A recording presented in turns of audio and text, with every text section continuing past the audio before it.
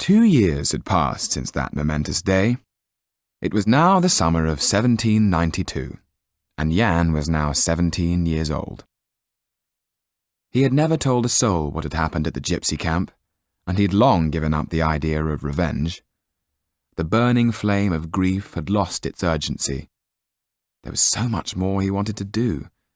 He had worked hard at his studies, acquitted himself well, and now a future he couldn't have envisaged a few years ago was his for the taking.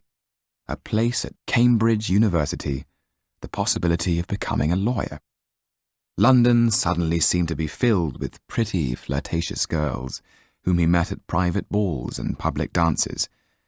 He had made the pleasing discovery that young ladies liked his company, would giggle, flounce their curls, pout, and generally look charming to get his attention.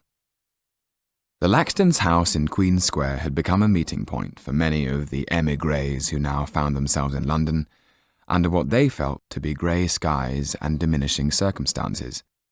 The conversation was often heated, and the ideas expressed both radical and conservative. The distant drum of revolution could be heard loud and clear across the water here in London. At one supper party, Jan met Charles Cordell for the first time. Madame Clermont, a lady from Paris, was also among the guests, along with her friend Sir John Randall. Jan, as he often did, listened intently rather than join in. But then Sir John said, "We have heard everyone else's views except yours, sir. Speak up. They say revolution is a young man's sport. What have you to say for yourself?" It was not from lack of opinions that Jan had kept silent. "I thought, when the Bastille fell, that all men might truly be free," he said. "It struck me as a good enough reason for stopping time and starting the clocks anew. Fresh beginning, when all men would be equal. But what I hear and read is that the people of France are no freer than before. A whole lot of wigs, hats, and crowns will have changed heads, but it looks as if the new masters will be as bad as the old." "Wise words, young man," said Sir John. "I'm sure the poor will forever help the rich become richer," continued Jan. "Whatever flag you fly, whatever song you sing, whatever church you worship in, it will always be the same. What's the point of playing at politics? All that matters is people." "Well, steady on, sir. That is going too far," said Sir John. Charles Cordell looked with interest at this young man who spoke with such passion, and he asked, "So, if you have no alliance to king or country, what does interest you?" "What it is to be human," said Jan.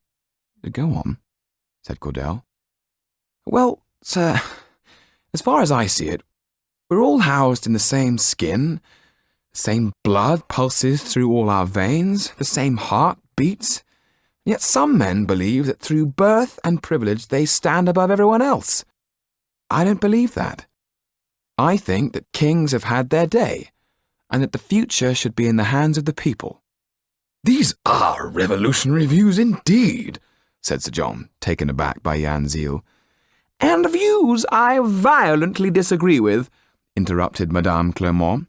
"There must be order, otherwise society will collapse. People only thrive when they know their place.